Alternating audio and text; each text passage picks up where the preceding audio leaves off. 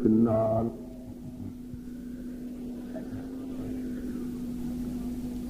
أعوذ بالله السميع العليم من الشيطان الرجيم. بسم الله الرحمن يا أيها الذين آمنوا لا ترفعوا أصواتكم فوق صوت النبي ولا تجهروا له بالقول كجهر بعضكم لبعض أن تحبط أعمالكم وأنتم لا تشعرون. صدق الله مولانا العظيم. حضرات، میرے لیے یہ بڑی خوشی اور مسرت کا موقع ہے کہ میں اکاڑا شہر کے ایک دور افتادہ کنارے پر واقع اس مدرسہ میں شاید زندگی میں پہلی مرتبہ حاضر ہوا ہوں اور مجھے آپ حضرات کا اتنا بڑا اجتماع دیکھ کر اس بات سے حوصلہ ہوا اور اس چیز کی خوشی ہوئی کہ ابھی تک لوگوں کے دلوں میں اپنے مدارس کے لیے محبت اور اپنے تعلیمی اداروں کے لیے عقیدت کے جذبات موجود ہیں، اور ساتھ ہی اس بات کا بھی احساس ہوا کہ اس مدرسے کے چلانے والے خلوص اور للہت سے مالا مال ہیں کہ جس کا کرشمہ یہ ہے کہ اس دور افتادہ علاقے میں بھی لوگوں کا اتنا بڑا اجتماع موجود ہے۔ میں اللہ سے دعا کرتا ہوں کہ رب کائنات آپ کی دین سے اس محبت کو قائم و دائم رکھے اور اس تعلق اور اس پیار کو ہم سب کی بخشش کا ذریعہ بنا دے، اور ساتھ ہی اس بات کی بھی التجا کرتا ہوں کہ اللہ اس مدرسے کو ترقی عطا فرمائے اور اس کے لیے جو لوگ جد و جہد کر رہے ہیں ان کو اپنی بارگاہ میں قبول فرمائے اور دنیا میں اس کے بہترین اثرات مرتب فرمائے۔ حقیقی بات یہ ہے کہ یہ مدارس اور یہ دینی ادارے، یہ تعلیم گاہیں اور یہ درس و تدریس کے مراکز اس دور میں دین اسلام کے سب سے بڑے محافظ، اس لیے کہ اگر یہ مسئلہ ہو،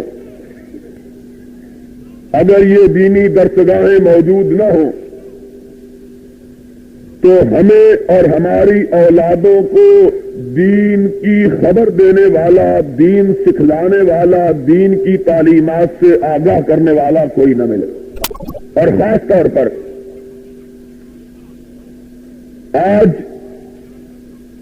جبکہ الحاد کا، بے راہروی کا اور اس کے ساتھ ساتھ شرک کا، بدعات کا جہالت کا اور خرافات کا دور دورہ ہے. کوئی ہمیں ایسا آدمی میسر نہ آئے جو ہم کو اس حقیقی دین کی جو دین حضرت محمد الرسول اللہ لے کر آئے صلی اللہ علیہ وسلم. یہ سامنے ٹیوب تو بجا رہے ہیں, سامنے آنکھوں میں پڑتی ہے.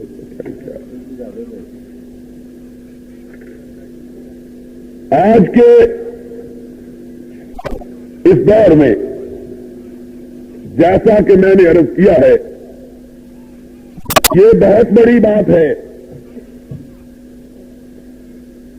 کہ تمام تر مشکلات کے باوجود, تمام طرح کے ہوتے ہوئے, تمام تر کٹھنائیوں کے باوجود, تمام تر مخالفتوں کے ہوتے ہوئے ایسے دیوانے موجود ہیں جو دنیا اور دنیا والوں کی باتوں کا,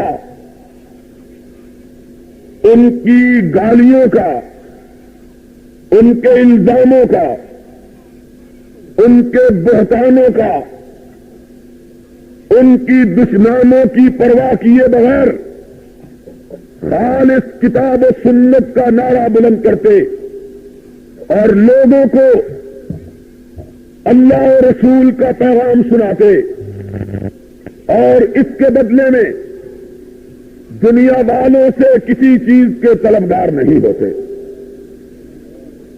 یاد رکھو, آج دین جو ہم میں موجود ہے, کتاب و سنت کی روشنی جو ہم تک پہنچی, اور آج جس کتاب و سنت کو ہم اپنائے ہوئے, یہ انہی درویشوں کا رہین منت ہے, انہی کی کاوشوں کا صلہ ہے, انہی کی کوششوں کا ثمرہ ہے, انہی کی جہد کا نتیجہ ہے کہ آج اللہ کے فضل و کرم سے صرف پاکستان ہی نہیں بلکہ دنیا کے ہر خطے میں کتاب و سنت کی آواز موجود ہے.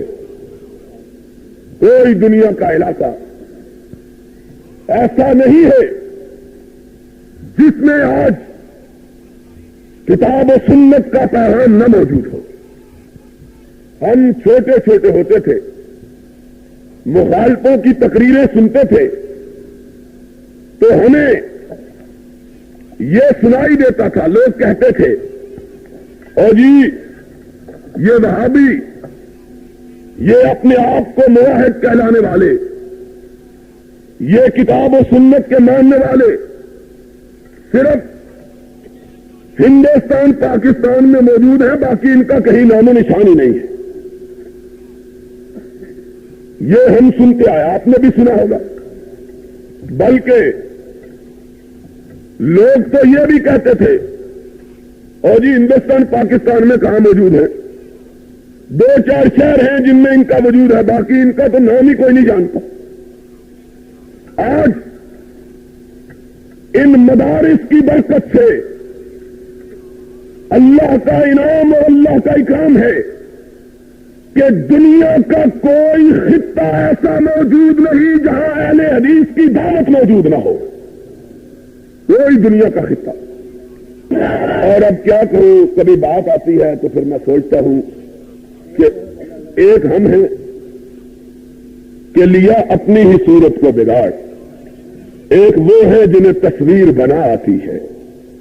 ہمارا بیڑا غرق اس طرح ہوا ہے کہ اپنے ملک میں ہمیں کوئی نہیں جانتا, اور دنیا کان لگائے ہوئے ہماری بات کو سننے کی منتظر ہے. کائنات ہم چھوٹی سی عزت کے لیے جس کی کوئی قدر و قیمت نہیں, جس کی کوئی حیثیت نہیں, کے لیے اپنی روایات کو تبدیل کرنے پہ تیار ہو جاتے ہیں. ہمیں شرط کس بھی پیر ہوتے ہیں. چند منٹ کیا ہے, رب کی قسم ہے, نہ کسی کی پرواہ ہے، نہ کسی کا خوف ہے، نہ کوئی بات، نہ حکومت کی نہ کسی اور کی۔ علماء کونسل کی ممبری تو کوئی شے ہی نہیں۔ اگر کائنات میرے قدموں میں ڈال دی جائے اور کہا جائے مسلک اہل حدیث پہ مصالحت کر لو اور اس کو ٹھکرا دوں، اہل حدیث کے مسلک پہ آنچ نہ آنے دوں گا۔ یہ کیا ہے؟ دوست کی عزت کے لیے جھوٹی عزت، گداگری کر کے مانگی ہوئی، مانگ کر۔ اب کسی نے کہا تھا شیر کئی دن کا بھوکا بوڑھا ہو گیا تھا، چلتا تھا، شکار نہیں ہوتا تھا، مرنے کے قریب اس کے گھر کے پاس، اس کی جھاڑی کے پاس ایک جانور گیا، کہنے لگا بادشاہ سلامت، بھوک سے مرے جا رہے، باہر میں نے شکار مارا ہے، آؤ اس کو نوش کر لو۔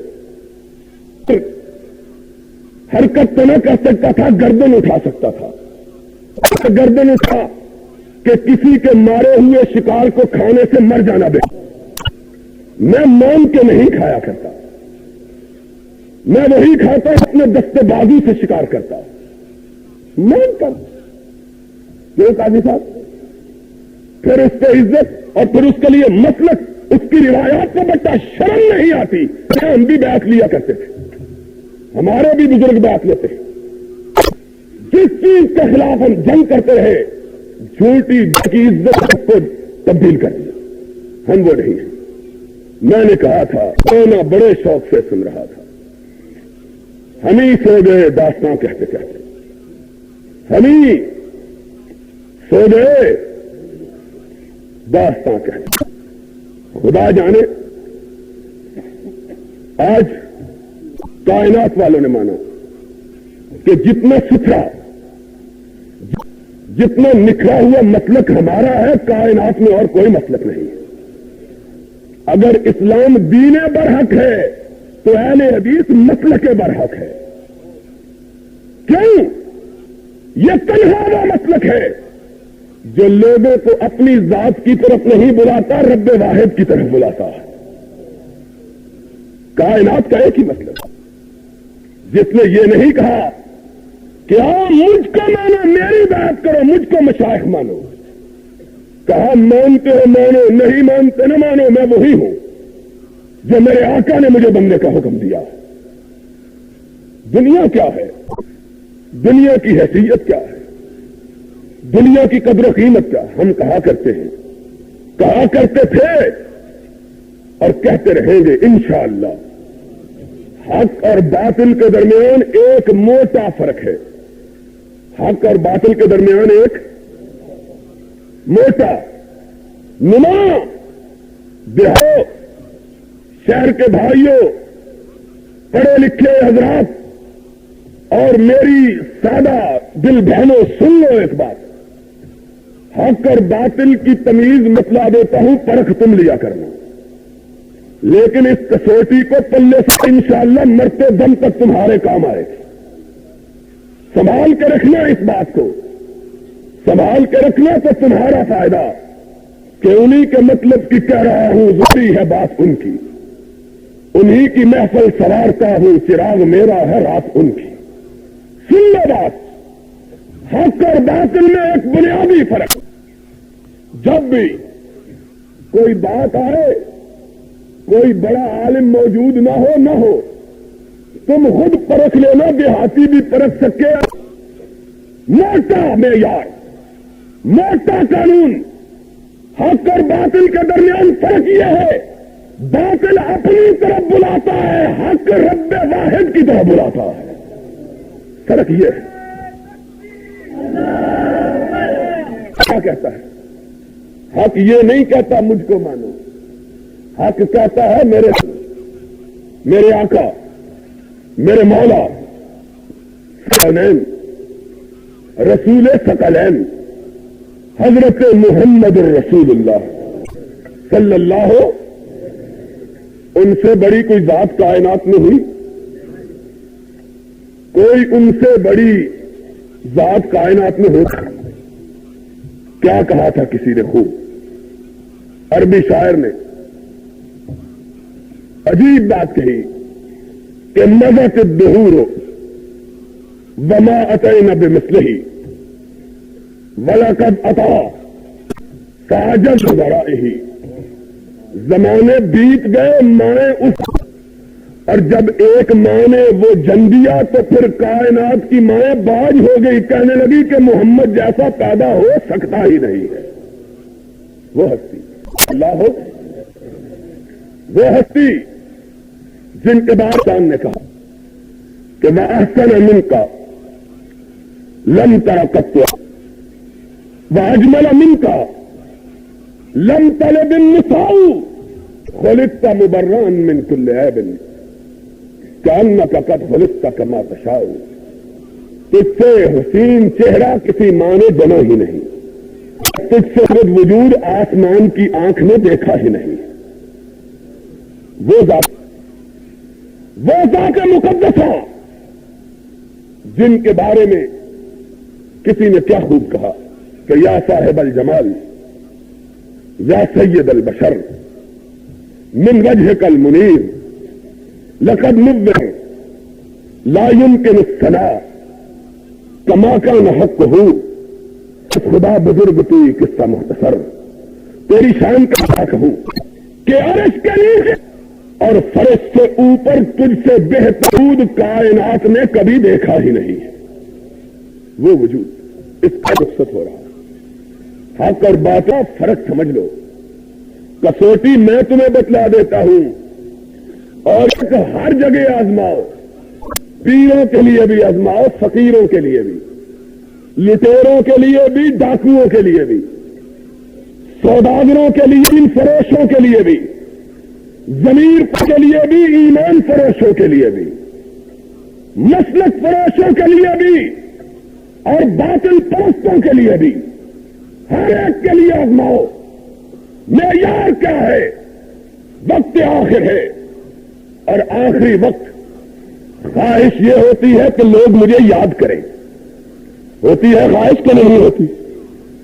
آدمی جاتا ہے، اس کے دل میں خیال ہوتا ہے کہ میں جا رہا ہوں، کاش وقت آئے کہ لوگ مجھے یاد کریں، لیکن کائنات کا ایمان جا رہا، رب کا پیغام بڑھ جا رہا، عرش والے کا مرسل جا رہا، کعبے کے رب کا نبی جا رہا۔ کیا کہا؟ لعن اللہ الیہود لعن اللہ النصارى اتخذوا قبور انبیائهم مساجد لا تتخذوا قبری وثنا۔ یہ مت لوگوں، اللہ کی لعنت ہو یہودیوں پر، اللہ کی لعنت ہو عیسائیوں پر، جنہوں نے اپنے نبیوں کی قبروں کو اپنے لیے سجدہ گاہ بنا دیا۔ جاتے ہوئے کیا کہا؟ فرمایا لوگوں، میرے مرنے کے بعد میری قبر کو بت بنا کے پوجنا نہ شروع کر دینا۔ اپنے سے ہٹایا، اور کس کی طرح بلایا؟ کس کی طرح بلایا؟ فرمایا عبد اللہ تعالی، لوگوں جھکاؤ تو سر اس کے آگے جھکاؤ، اور کسی کے سامنے تمہارا سر جھکنا کس کی طرف؟ لوگوں کو یہ کہا۔ پھر سچائی کی علامت کیا ہے؟ لوگوں کو یہ کہا، بعد میں تخلیے میں اپنے ہاتھ رب کی بارگاہ میں اٹھائے، اللہم لا تجعل قبری عیدا، اللہم لا تجعل قبری وثنا، اے اللہ میری قبر کو میلہ گانا بنا دینا کہ لوگ میری قبر پہ آ کے میلے لگائیں۔ اور میرے نبی کی دعا کی قبولیت کو دیکھو کہ ہر ایرے اور غیرے جنہوں نے دین کے نام پہ دکانداریوں کو قائم کیا، ان کی قبروں پہ میلے لگے ہوئے، لیکن کونین کے شہنشاہ کی قبر کو اللہ نے میلے سے محفوظ کیا ہوا۔ یہ میرے آقا کی دعا کی قبولیت کا اثر ہے۔ حق اور باطل، نبیوں نے بھی یہی کہا، قل لا اسألکم علیہ اجرا ان اجری الا علی الذی فطرنی فلا تعقلون. لوگوں ہم آئے ہیں تم سے کچھ مانگنے کے لیے نہیں بلکہ رب کا پیغام سنانے کے لیے, تمہیں رب کی طرف بلانے کے لیے. نبی میں نے کہا جوانوں میرے ساتھ تمہیں کیا تعلق؟ کہنے لگے ایک بڑا تعلق یہ ہے کہ آپ اہل حدیث ہیں, ہم بھی اہل حدیث. میں نے کہا پہلے دوسری بات بھی پوچھ لوں, پھر ان کی اہل حدیثیت کی بات بھی پوچھوں گا. تم اہل حدیث کہاں سے ہو گئے؟ میں نے پوچھا دوسرا سبب کیا ہے؟ کہنے لگے دوسرا سبب یہ ہے کہ ہم نے جب آپ کے متعلق سنا تو ہمیں معلوم ہوا کہ ایک جوان آدمی ہے اور یہاں جو 17,000 آدمی مسلمان ہوا ہے اس میں 16,000 آدمی جوان ہے. جوان 15 سال سے لے کر 25 سال 26 سال کی عمروں تک کے جوان, یونیورسٹیوں میں پڑھنے والے, ٹیکنیکل کالجوں میں پڑھنے والے, انجینئر, پروفیسر, لیکچرر, سائنسدان, تاجر, صنعت و حرفت کے پیشوں سے تعلق رکھنے والے لوگ مسلمان ہوئے. میں بڑا خوش ہوا. مسجد پہنچا, پہلے دارالخلافہ میں پہنچا.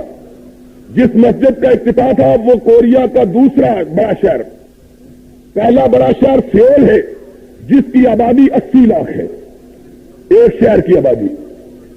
دوسرے بڑے شہر میں جس میں مسجد کا افتتاح تھا اس کی آبادی کوئی 60 لاکھ کے قریب. میں وہاں پہنچا,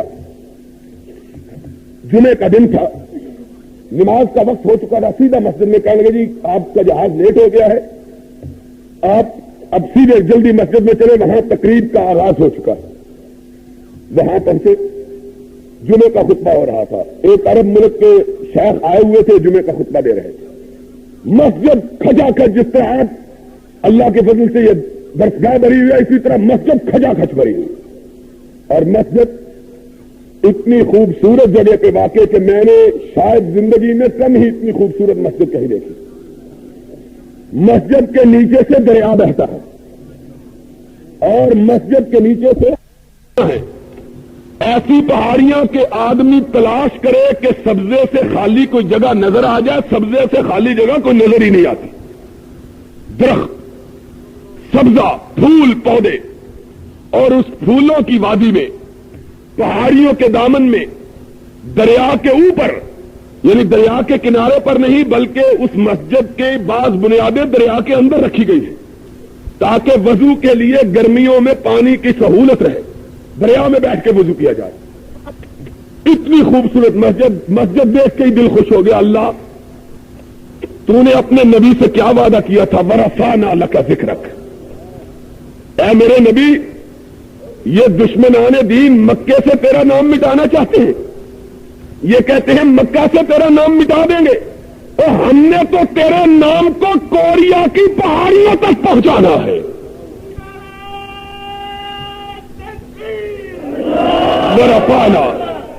ورفعنا لک ذکرک. جو کافر اور مسلمانوں کی تاریخ ہے اس میں بھی لکھا ہوا ہے کہ محمد ابن قاسم اپنے ساتھ دین کی تبلیغ کے لیے کچھ مبلغ لے کے بھی آئے تھے. پوچھا گیا, تاریخ دان تو چھوٹی چھوٹی بات لکھتے ہیں, ان مسلک کے ان مبلغوں کا مسلک کیا تھا؟ تاریخ دانوں نے لکھا کہ محمد ابن قاسم جب اس ملک میں بر صغیر ہند و پاک میں اپنے ساتھ مبلغ لے کے آیا, اس وقت تک دنیا میں سوائے اہل حدیث کے مسلک کے اور کسی مسلک کا وجود ہی نہیں تھا. اور کوئی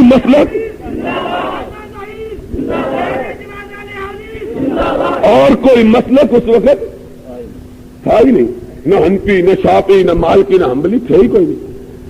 اس وقت صرف ایک مسلک تھا کہ ترکت فیکم امرین, کتاب اللہ ہے.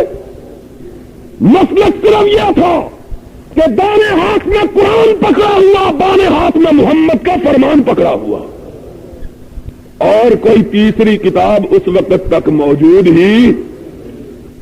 اور اگر کوئی یار کہہ دے کہ نہیں تھی تو خدا کی قسم ہے اسٹامپ لکھ کے دے دیتا ہوں 10,000 روپیہ اس کو نقد انعام،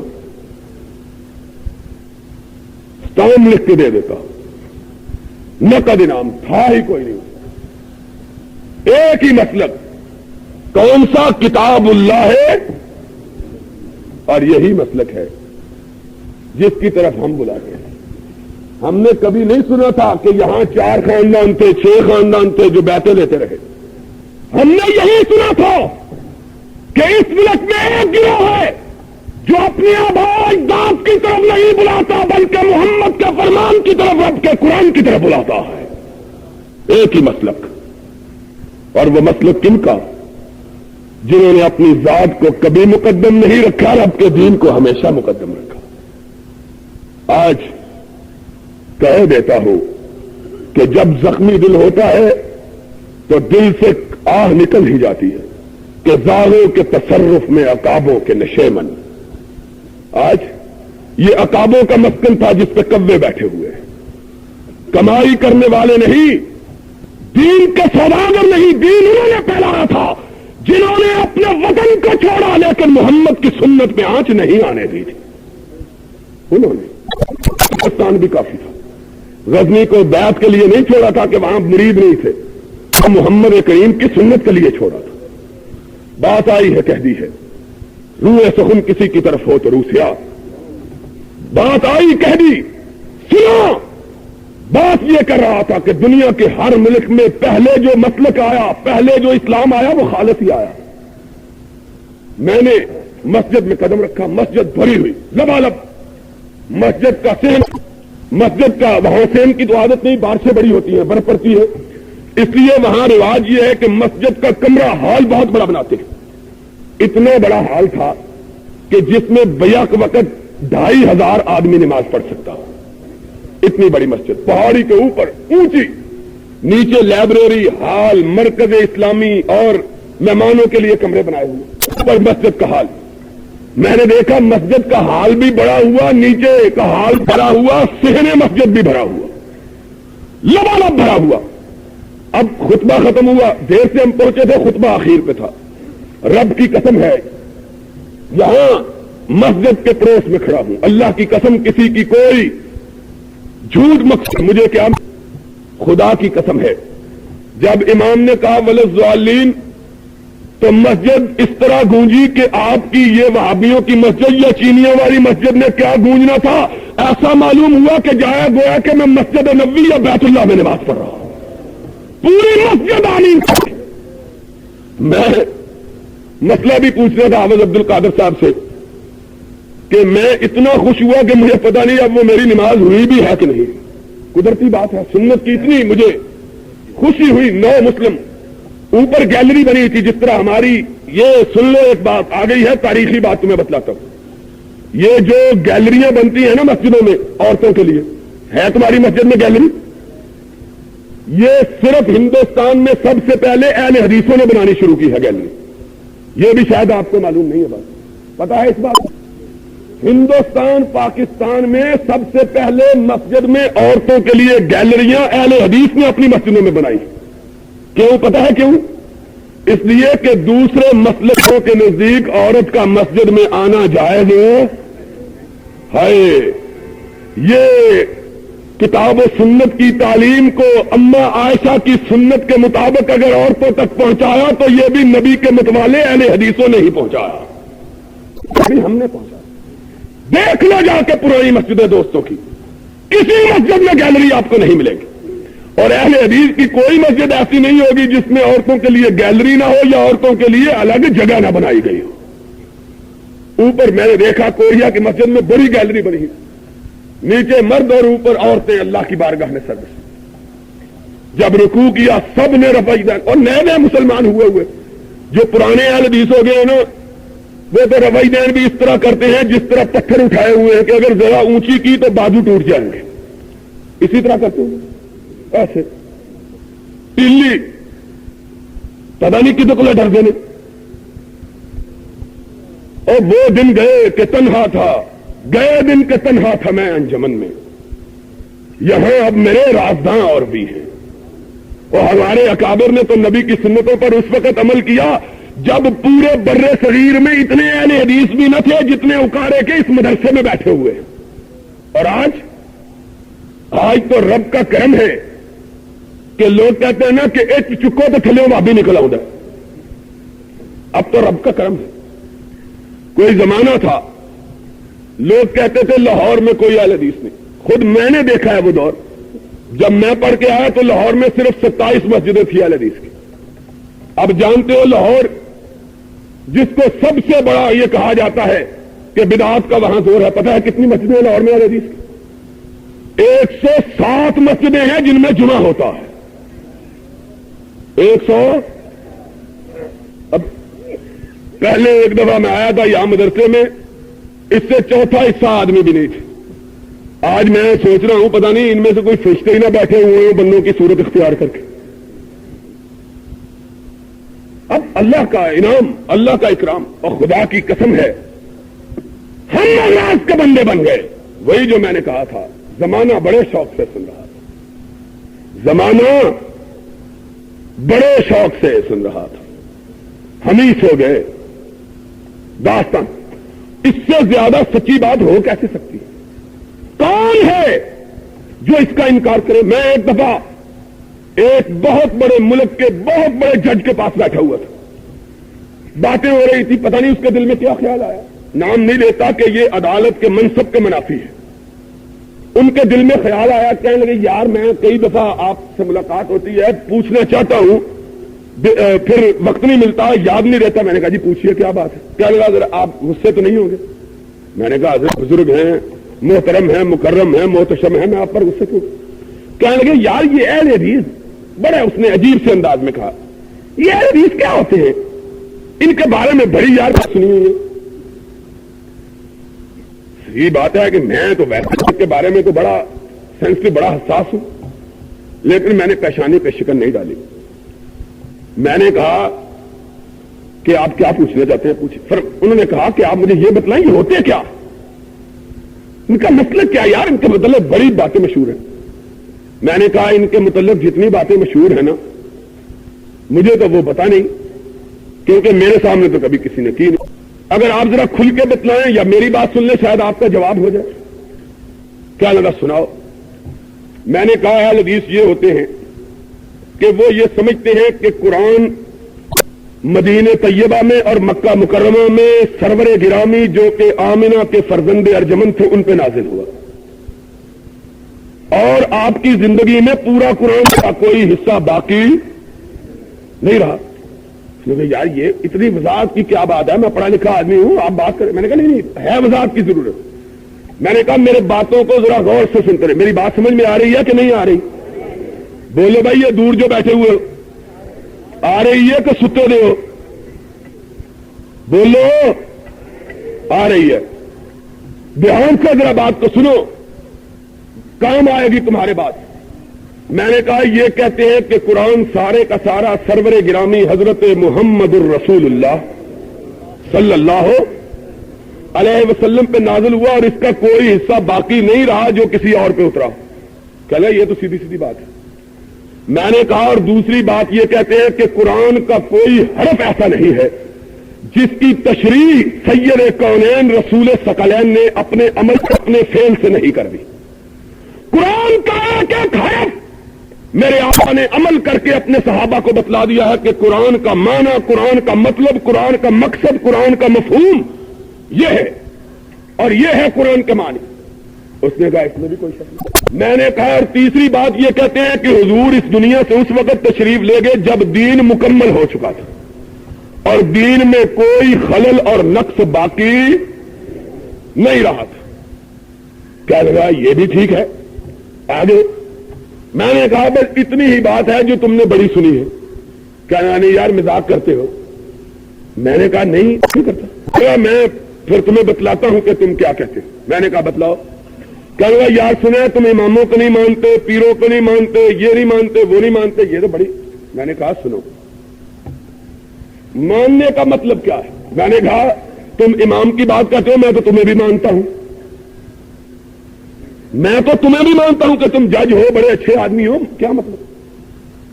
کہنے لگا نہیں بات ایمانداری سے. میں نے کہا خدا کی قسم ہے بات صرف اتنی ہے کہ ہم یہ کہتے ہیں کہ امام اولیاء محدثین فقہا انہوں نے دین کو مکمل نہیں کیا. دین ان کی آمد سے پہلے مکمل ہو چکا تھا. دین ان کی آمد سے پہلے مکمل ہے. انہوں نے دین کی توضیحات کی تشریحات کی ہیں دین کو سامنے رکھ کر. اور ہمارا عقیدہ یہ ہے کہ یہ سارے لوگ بڑے برگزیدہ بڑے عمدہ بڑے اعلیٰ بہت نیک لیکن جس کی بات اللہ رسول کے خلاف ہے ہم اس کی بات کو ماننے کے لیے تیار اور جو اللہ رسول کے مطابق ہے سر آنکھوں پہ. اب ذرا سننے کی بات ہے. اس نے کہا اچھا ایک بات یار یہ جو تم پیروں کو نہیں مانتی اس کی بات. میں نے کہا یہ بھی سن لو. اب تو ذرا بدل دیا ہے نا پھر مجھے تکلیف ہوتی ہے کہ اب تو پیر بن گئے ہیں وہابی بھی. میں نے کہا ہم نہیں مانتے. کہنے لگا کیوں نہیں مانتے؟ میں نے کہا ہم مانتے ہیں دینے والے کو لینے والے کو ہم نہیں مانتے. فرق صرف یہ ہے ہم مانتے ہیں کس کو؟ دینے والے کو. لینے والے کو ہم پیر ماننے کے لیے تیار. اس نے کہا وہ کیسے؟ میں نے کہا ہم نے پیر مانا اس کو اور جس کے گھر میں 2 ماہ تک آگ نہیں جلی. 2 ماہ تک جس کے گھر میں آگ. کیا مطلب ہے آگ نہ جلنے کا؟ حدیث کے الفاظ ہیں جس کے گھر میں 2 ماہ تک پکانے کے لیے کوئی چیز موجود نہ تھی گھر میں آیا عائشہ ناشتے کے لیے کچھ ہے آقا کچھ بھی نہیں ہے. سیدھا مسجد سے تشریف لایا. فرمایا عائشہ کچھ نہیں ہے تو تمہارے چہرے پہ غم کے بادل کیوں چھائے؟ آقا آپ کائنات کے شہنشاہ آپ گھر تشریف لائیں اور گھر میں آپ کے ناشتے کے لیے بھی کچھ نہ ہو. ابھی آنکھ سے آنسو نہیں چھلکا کہ سرور کائنات کے چہرے پہ تبسم آ گیا. فرمایا عائشہ شکر کرو اللہ نے ہمیں ایک اور روزہ اپنی ذات کے لیے رکھنے کا موقع فراہم کر دیا ہے. انی صائمن. میں نے تو تم سے ویسے ہی پوچھا تھا میں نے تو روزہ رکھا ہوا ہے. دوسرے دن پھر آئے عائشہ گھر میں کچھ ہے؟ آقا کچھ بھی نہیں ہے. فرمایا کوئی بات نہیں انی صائم میں نے تو آج بھی روزہ رکھا ہوا ہے. رات کو آئے افطاری کے لیے کچھ ہے؟ آقا ایک کھجور ہے. فرمایا اللہ کا شکر ہے جس کو کھجور مل گئی سب کچھ مل گیا. پھر آئے آقا آج تو پانی کے سوا کچھ بھی نہیں. فرمایا عائشہ اللہ نے ہر چیز کو پانی ہی سے بنایا ہے. پھر کیا پانی تو موجود ہے. آقا آج تو گھر میں نمک بھی باقی نہیں رہا. فرمایا کچھ نہیں آج پانی سے ہی گزارا. 2 ماہ تک ایندھن نہیں جلا. 2 ماہ تک آگ. اور پھر پڑوسن ایک آئی شام کا وقت نبی طاہر و مطہر تشریف لائے. عائشہ آج کچھ گھر میں ہے؟ آقا ایک کھجور آئی تھی تحفے کی میں نے بچا کے رکھی. آقا آپ کے آنے سے پہلے ایک فقیر عورت اپنے ساتھ چھوٹی سی بچی لے کے آئی. اس نے کہا نبی کے گھرانے والوں میری بچی نے کئی دن سے کچھ نہیں کھایا. آقا وہ کھجور جو میں نے آپ کے لیے بچا کے رکھی تھی آقا میں نے اٹھا کے اس فقیرنی کو دے دی ہے. آقا کے چہرے پہ مسکراہٹ آ گئی. فرمایا ما عندکم ینفد وما عند اللہ باق. عائشہ آج تو نے جی خوش کر دیا ہے کہ آج ہی کی کھجور تو کام آئی ہے جو قیامت تک کام دے گی. عورت طرف اٹھی پڑوسن بھاگی ہوئی گھر گئی. خامن کی وفادار خامن کی وفاشیار. گھر میں ایک ہی بکری اس کا دودھ دویا بچوں کو نہیں پلایا رکھ لیا لیکن اپنی مرضی سے اٹھا کے نہیں لے گی کہ خامن سے نہیں پوچھا ہے. خامد آیا دیکھا بی بی جاگ رہی ہے. رات گئے بی بی کیا بات ہے آج اتنی رات گئے جاگ رہی؟ تڑپ اٹھی آنکھوں میں آنسو.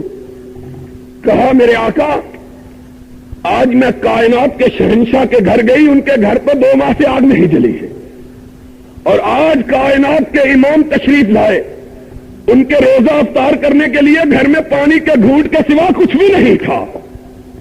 میرے مالک آج میں نے دودھ کو بچایا، بچوں کو نہیں پلایا، تیری اجازت کی طلبگار رہی، سوچا کہ تو آئے اور میرے آقا کے گھر والوں کو دودھ کا پیالہ دے آئے۔ وہ لے کے چلا دودھ کا پیالہ، مسجد نبوی سے ہو کے راستہ حضور کی کوٹھری کی طرف جاتا ہے۔ مسجد سے گزرنے کے لیے گھر سے چلا، مسجد میں 117 طالب علم درویش مدرسے کے، دین کو پڑھنے والے، دین کو پڑھانے والے، ان میں سے ایک جاگ رہا ہے۔ کہا تمہیں ابو ہریرہ نیند کیوں نہیں آتی؟ کہا مدینے کے مسجد کے رب کی قسم ہے، میں نے 5 دن سے کچھ نہیں کھایا، لیٹتا ہوں تو پیٹ کروٹ نہیں بدلنے دیتا، کیسے سو؟ اٹھ کے کھڑے بیٹھ گئے، کہا اللہ دیکھ لے، میں نے 5 دن تجھ سے کچھ نہیں مانگا تھا، آج تو نیند نہیں آتی، آج کچھ کھانے کے لیے۔ ہائے دل میں سوز ہو تو دعا عرش معلیٰ کے کناروں تک جا پہنچے۔ آج ہم مانگتے ہیں، دل میں سوز نہیں، کیسے پہنچے؟ ہم کہتے ہیں ہماری سنی نہیں جاتی، ہماری کیسے سنی جائے؟ پیٹ میں حرام جاتا ہے، کیسے سنی جائے؟ ہم کیسے سنائیں؟ کس طرح بات کو اللہ تک پہنچائیں؟ ابو ہریرہ کہتے ہیں ابھی میں نے ہاتھ دعا سے نیچے نہیں گرایا کہ دیکھا ایک آدمی دودھ کا پیالہ لیے ہوئے مسجد میں آ رہا۔ کہا میں خوش ہو گیا، میں نے کہا ابو ہریرہ آج تو خدا سے کچھ اور مانگ لینا تھا، بڑی جلدی دعا سنی گئی۔ اللہ اکبر۔ کہا لیکن دودھ والا ہماری طرف نہیں آیا، نبی کے باب عالی کی طرف بڑھ گیا۔ کہا میں نے سوچا ابو ہریرہ آج تیری دعا راستے میں ہی رہ گئی ہے۔ دروازے پہ دستک دی، کونین کے تاجدار باہر آئے۔ کیا ہے؟ اندھیرا، ساتھی کے ہاتھوں میں لرزش، آنکھوں میں آنسو۔ اللہ کے حبیب میری بیوی نے بتلایا آپ کے گھر میں 2 ماہ سے آگ نہیں جلی۔ آقا میری کل کائنات یہی دودھ کا پیالہ تھا، لے کے آ گیا ہوں، قبول فرمائیے۔ کائنات کے شہنشاہ نے دودھ کا پیالہ پکڑا اور حدیث کے الفاظ، میں نے کہا تیرا پیر لینے والا اور میرا پیر 2 مہینے کا بھوکا، 2 مہینے کی بھوک سے پیٹ پہ پتھر بنا ہوا، دودھ کا پیالہ لیا، اپنے گھر کا رخ نہیں کیا، مسجد کے درویشوں کا رخ کیا۔ صحابی نے کہا آپ کے گھر والے بھوکے ہیں۔ فرمایا ساتھی محمد اپنے گھرانے کی بھوک کو برداشت کر سکتا ہے، مدینے کے فقیروں کی بھوک برداشت نہیں کر سکتا۔ میرا آقا یہ، میرا پیر یہ ہے۔ ابو ہریرہ کہتے ہیں میں جلدی سے اٹھ کے بیٹھ گیا تاکہ حضور کو پتا چل جائے کہ میں جاگ رہا ہوں، کسی اور کا نام نہ لے لے۔ حضور آئے، میں نے ذرا کھنکار کے گلا صاف کیا، حضور نے پہچان لیا۔ فرمایا ابو ہریرہ، میں نے کہا لبیک یا رسول اللہ۔ آپ نے فرمایا ادھر آؤ۔ ابو ہریرہ کہتے ہیں میں نے کہا اللہ بڑی دعا سنی ہے تو نے تو پیالہ جا کے پھر واپس آ گیا۔ کہا حضور نے فرمایا یہ دودھ کا پیالہ ہے۔ کہتے ہیں میں نے کہا اللہ کے رسول اچھا پھر کیا حکم ہے؟ فرمایا حکم یہ ہے کہ 116 جو باقی ہیں ان کو جگاؤ۔ ابو ہریرہ کہتے ہیں میں نے کہا یا اللہ آج کوئی قسمت کا پتہ نہیں کیسی قسمت ہے، پہلے نکل گیا پھر واپس آیا اور آیا بھی تو 116، یہ تو دودھ کا ایک قطرہ بھی باقی نہیں بچے گا۔ لیکن حکم حضور کا، اور مومن کبھی حضور کے حکم سے سرتابی کی مجال اپنے دل میں رکھتا۔ کہا اٹھا، ساتھیوں کو اٹھایا، کہا مجھے خیال ہوا حضور پہلے تو مجھے کو پلائیں گے۔ فرمایا تبسم کیا، فرمایا ابو ہریرہ پلاؤ ترتیب سے اور بسم اللہ کہو، اللہ کا نام لیا۔ اور کس کے نام کی برکت ہے؟ اور کس کے نام کی برکت؟ اور جس کے نام کا پیالہ تھمایا تو 116 نے پیا، اور تم اس کا نام لیتے ہو، آتا ہے تو پورے گھر کا سفایا کر جاتا ہے، اور کبھی گھر کے ساتھ گھر والی کا بھی سفایا کر جاتا ہے۔ ہوتا ہے کہ نہیں ہوتا؟ بولو۔ اور پھر کہتے کیا کہتے ہیں؟ جیلی، یہ جیلی تھا۔ ہم کہتے ہیں تو کہتے ہیں اصلی ہے، صفایا گھر جاتا ہے تو کہتے ہیں جیلی ہے۔ یارو سوچو تو صحیح، ہم تم سے کیا کہتے ہیں؟ ہم تو کچھ نہیں مانتے۔ کہا اٹھو، ایک کو پلایا، کہا جب اس نے پیالہ پلٹایا تو اسی طرح بھرا ہوا جس طرح میرے آقا نے مجھے عطا کیا تھا۔ دوسرا، تیسرا، ساروں کو پلایا۔ حدیث کے الفاظ، فرمایا ابو ہریرہ اب تم پیو۔ کہا میں نے ڈیک لگا کے پیا، ڈیک ہی کہتے ہو نا پنجابی میں، کہتے ہیں ڈیک لگا کے پیا۔ پینے کے بعد پیالہ پلٹایا، شہنشاہ کائنات نے کہا ابو ہریرہ اور پیو۔ میں نے پھر پیا، پھر پلٹایا، آقا نے کہا اور پیو، میں نے پھر پیا۔ حدیث پاک کے الفاظ ہیں، ارشاد گرامی ہے، کہا آقا اب تو پیا ہی نہیں جاتا، دودھ ناخنوں سے نکلنے لگا ہے۔ کہا جو پیالہ 117 نے پیا، اس ساتھیوں سے بچے ہوئے پیالے کو کائنات کے شہنشاہ نے اپنے ہونٹوں سے لگایا۔ اور یہاں بات آئی ہے، کہہ دو، برا نہ ماننا یارو، نبی سے ہماری محبت اور اپنی محبت کا موازنہ کرو۔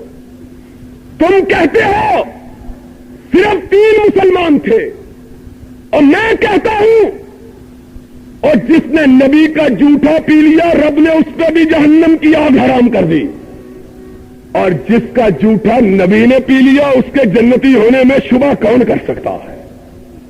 پیا۔ اور میں نے کہا جج صاحب میرا پیر دینے والا، میں دینے والوں کو مانتا ہوں، لینے والوں کو ماننے کے لیے تیار ہے۔ جج صاحب کیا کہتے ہیں؟ خدا کی قسم ہے، کہنے لگے یار اگر اسی کا نام اہل حدیث ہے تو میں بھی اہل حدیث ہوں، خدا کی قسم۔ 5 منٹ کے بعد میں نے کہا جج صاحب ابھی تو آپ بڑی باتیں کر رہے تھے کہ یہ ایسے ہیں ویسے، کہنے لگے یار ہم کو حقیقت بتلائی نہیں، اگر اسی کا نام اہل حدیث ہے تو اس سے سچا اسلام کوئی دوسرا ہو سکتا ہی نہیں۔ اسلام کو اسی کا نام، اس کا نام اسلام ہے۔ اسلام نام ہے اس کتاب کا جو رب نے رحمت للعالمین پہ نازل کی، یا اسلام نام ہے ان تشریحات کا جو سرور گرامی علیہ الصلوۃ والسلام نے اپنی امت کو عطا کی۔ تیسری کسی چیز کا نام اسلام۔ اسی لیے اسلام جب بھی پہنچا جس ملک میں، خالص اسلام ہی پہنچا، کیونکہ پڑھے لکھے لوگوں کو کسی گورکھ دندے کی سمجھ آتی ہی۔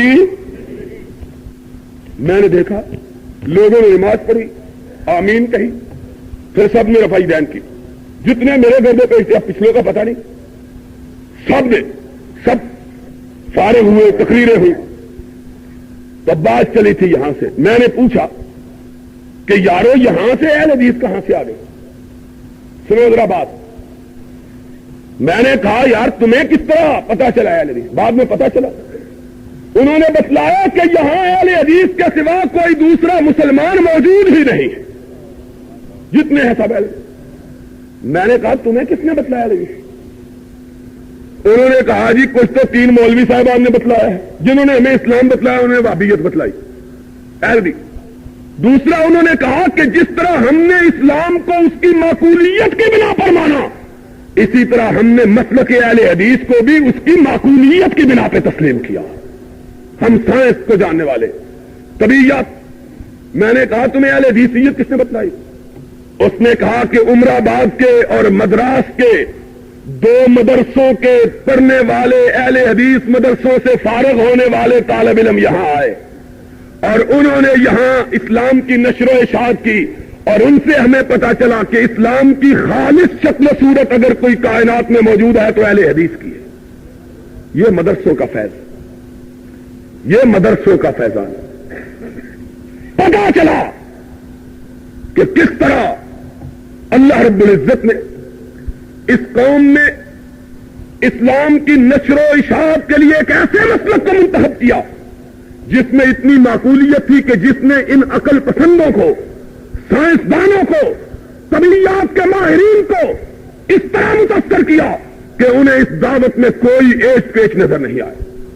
بعد میں ان طالب علم جو کہ علماء فارغ ہو کے وہاں گئے تھے، ان میں سے ایک کو میں ملا، مجھے پتا چلا کہ ہاں یہ سبب ہے مجھے دعوت دینے. میں نے اس کو پوچھا یار کچھ اور لوگ نہیں آئے جنہوں نے ان کو تھوڑا سا برگلانے کی یا بہکانے کی کچھ؟ انہوں نے بتلایا جی ایک نہیں 20 لوگ آئے، 20 لوگ یہاں آئے، انہوں نے پھیلانا چاہا یہاں اپنے افکار کو، لیکن جب ان کو انہوں نے بتلایا کہ اس کو مانو اس کو مانو، تو ان لوگوں نے سب سے پہلے سیول کی جامع مسجد میں تقریر کی. کہا ہم نے تقریر کرائی، ہم نے کہا علماء. انہوں نے کہا کہ اسلام سمجھنا ہے تو ان کے طریقے سے سمجھو، ان کے طریقے سے. کہنے لگا ایک نوجوان جس کی عمر 18-19 سال تھی، یونیورسٹی میں سائنس پڑھتا تھا، اس نے کہا جب نبی پاک اسلام کو لے کے آئے تو یہ بزرگ جن کا نام آپ لیتے ہیں اس وقت موجود تھے. دیکھو ذرا سوال کتنا عمدہ کیا ہے اس نامسلم نے. اب وہ مولوی صاحب پریشان ہو گئے، اب کہیں تھے تو یہ تاریخ سے مزاج جہالت کی بات، اگر کہیں نہیں تھے تو سمجھ آ گئی. اب کیا کہے، جھوٹ بول نہیں سکتے، بڑے آہستہ سے کہنے لگے اس وقت پہ موجود نہیں تھے.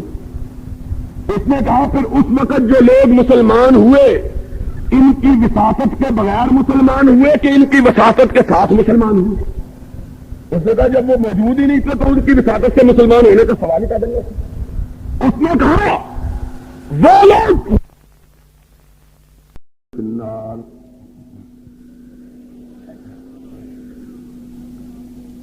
اعوذ باللہ السمیع العلیم من الشیطان الرجیم. بسم اللہ الرحمن یا ایھا الذین آمنوا لا ترفعوا اصواتکم فوق صوت النبی ولا تجهروا له بالقول كجهر بعضكم لبعض أن تحبط أعمالكم وأنتم لا تشعرون. صدق الله مولانا العظيم.